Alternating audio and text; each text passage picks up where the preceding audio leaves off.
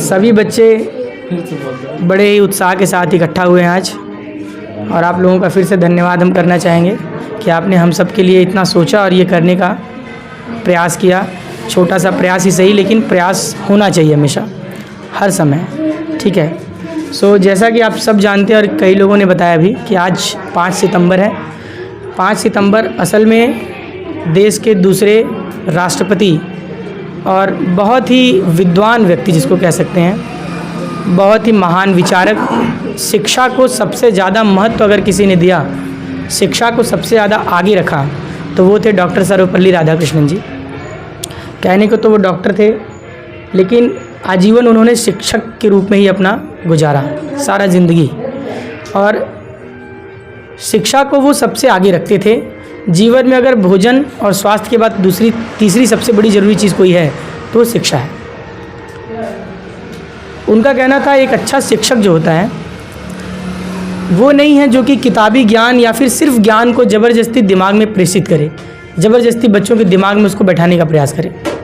एक बेहतरीन और अच्छा शिक्षक वो होता है जो अपने छात्रों को भविष्य में आने वाली चुनौतियों के लिए तैयार करे, कि आगे क्या कठिनाइयाँ आने वाली हैं, उसे मानसिक, सामाजिक और चौमुखी विकास में उसका मार्गदर्शन करे।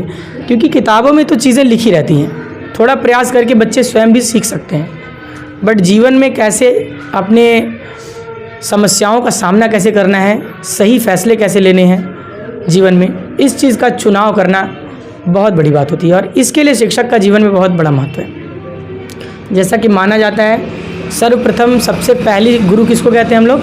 माता को, है ना। क्योंकि माता जो होती हैं वो भाई दुनिया ज़माने और समाज से लगभग 9 महीने पहले से हम लोग को जानती हैं कि हमारा क्या एक्टिविटी है, हम किस तरीके के हैं, है ना। और कहीं ना कहीं माता जो होती है बचपन से बच्चों को अपने पैरों पे खड़ा होना, बोलना, है ना, सही गलत की समझ, ठीक है, स्वाद की, हाँ इंद्रियां तो होती है हमारे पास, लेकिन फिर भी हमें पता नहीं होता कि यह क्या है। जैसे कोई मीठी चीज़ जब बचपन में आप खा लें, एकदम छोटे हैं, तो आपको कैसे पता चलेगा कि इसी को मीठा बोलते हैं, है ना। तो इसका ज्ञान कौन देता है? माता देती है। सर्वप्रथम गुरु माता है, तो इसलिए सबसे बड़ा सम्मान जीवन में भी किसका होना चाहिए? माँ का ही होना चाहिए, ठीक है। तो अपने माता पिता का सम्मान सर्वोपरि है। उसके बाद एक और दोहा भी कहा गया है, गुरुर ब्रह्मा गुरुर विष्णु गुरुर देवो महेश्वर गुरुर साक्षात परम ब्रह्म तस्मै श्री गुरु। अर्थात समझ ही रहे हो आप लोग, गुरु ही ब्रह्मा हैं, गुरु ही विष्णु हैं, गुरु ही महेश हैं, है ना।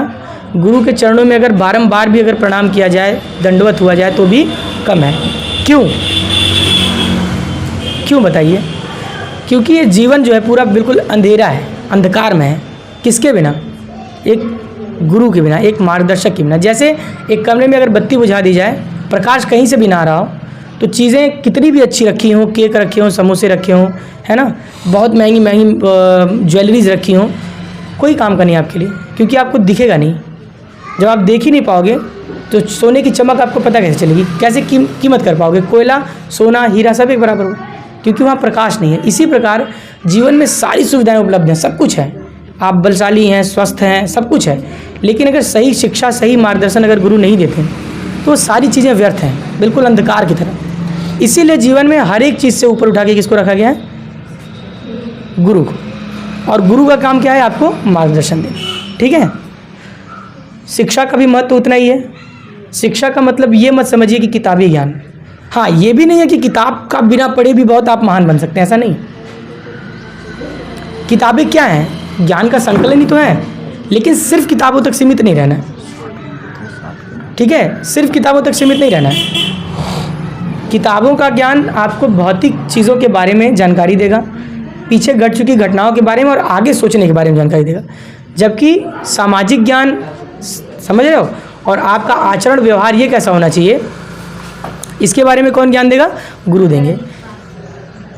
इसलिए जीवन में सदैव अपने माँ का सर्वप्रथम सम्मान कीजिए, स्वयं का आत्मसम्मान की रक्षा कीजिए, और अपने गुरुओं का कहा मानिए, अनुसरण कीजिए उसका, ठीक है। यानी सिर्फ सुनना नहीं है, सुन के उसको जीवन में उतारने का प्रयास करना है। ज़रूरी नहीं कि हो ही जाए, लेकिन धीरे धीरे प्रयास करेंगे तो सारी चीज़ अच्छी होंगी, ठीक है। तो ठीक है, इसी चरण में एक बार फिर से आप सबको इतना बेहतरीन प्रोग्राम करने के लिए बहुत बहुत बधाई, शुभकामनाएं, धन्यवाद।